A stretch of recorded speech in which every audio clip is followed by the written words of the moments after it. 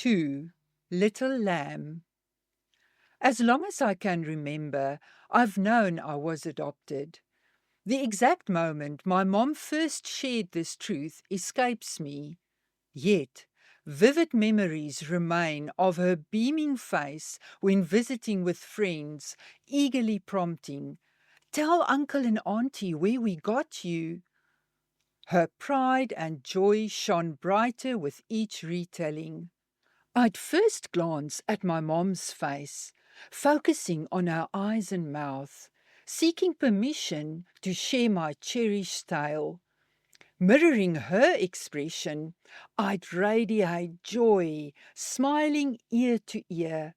My small chest would swell with pride.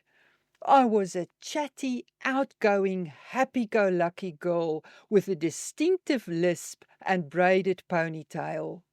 With excitement, I'd recite, "They went to the hospital to choose a baby.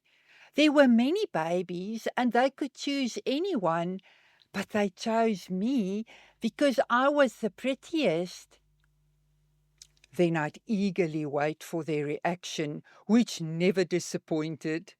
Endearing smiles from everyone, affectionate oohs and ahs, softening eyes and gentle words praising and loving me. Their responses reaffirmed my belonging. I was valued. I was seen and heard. I had a voice.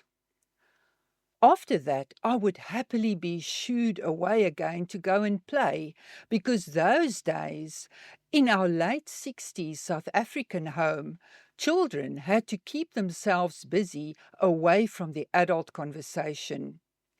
I always had a little green suitcase with me, in which my mom put colouring books, crayons, dinky cars, marbles, and other toys so that I could keep myself entertained.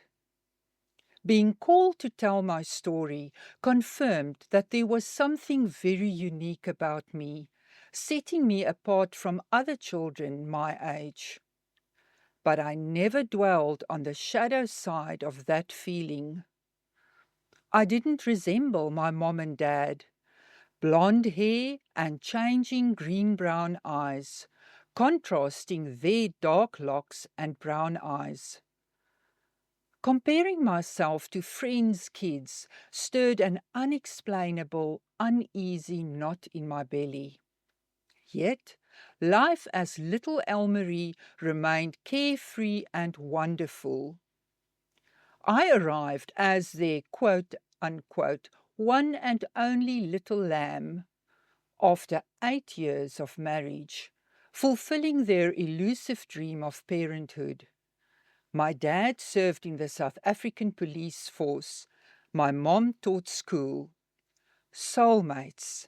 They shared unwavering love, aligned visions, and life goals. As a child, I sensed their profound bond and knew they belonged together. They hardly fought. In 48 years of marriage, I never heard them raise voices, scream, or yell. Differences brought dread and anxiety. Not loud arguments, but eerie silence. Polite, yet distant. No words. This silence isolated me, sparking self-doubt. My imagination would take over and run wild. I'd replay past actions, wondering if I caused their unhappiness. Even if unrelated, I yearned to fix it, restore harmony. Their joy mirrored mine. When they smiled, I smiled. Luckily for me, these incidents were rare and brief. My dad, a charming and charismatic person, was universally liked and loved. He delighted in humorous jokes, occasional playful profanity, and hosting friends.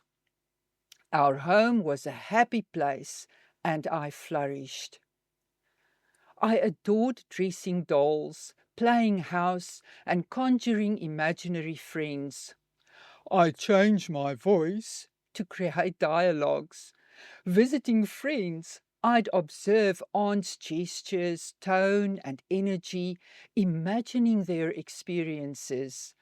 Back home, I'd mimic their movements, acting out scenes with dolls, tea sets, and toy prams.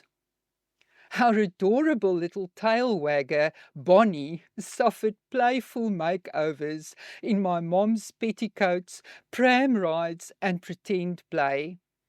Escaping, he'd meet firm, gentle guidance, resigning to his role as my live baby.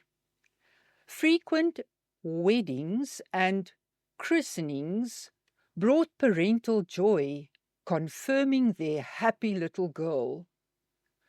We remained fatefully oblivious that my childhood fantasies concealed profound longing and fears. Playful imaginings veiled my quest for roots, reflecting deep-seated desires.